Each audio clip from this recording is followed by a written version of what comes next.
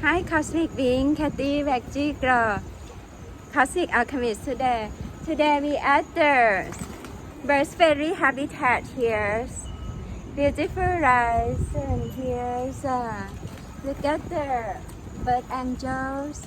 Michael, he's very talented. Yeah, he also composed the musical orchestras. Wow, and the bird only came to his house because his generosity every day. This is a lunch bag, everyone. Oh my God, look at it. Beautiful. We just the grocery here. See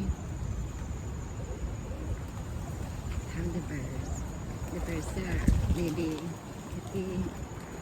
Why Kitty? Goodness. Why? Peace be with you all. I sing like the bird, I grow like the tree. I choose to live in love. I am joy, I am sea. Why? Say something, Michael. Look at that. Oh, wow. He's an angel on earth, you know. Never see like this. Like the bird love him very much. Oh, if Cathy walk, then maybe fly away. So, catch it. We're so happy to be here. See, perfect timing, everything, and all this is bird plan for him. The bird was say, cook give somewhere, and then put the seed here, and it grow. You see? Oh wow, everything is grow naturally.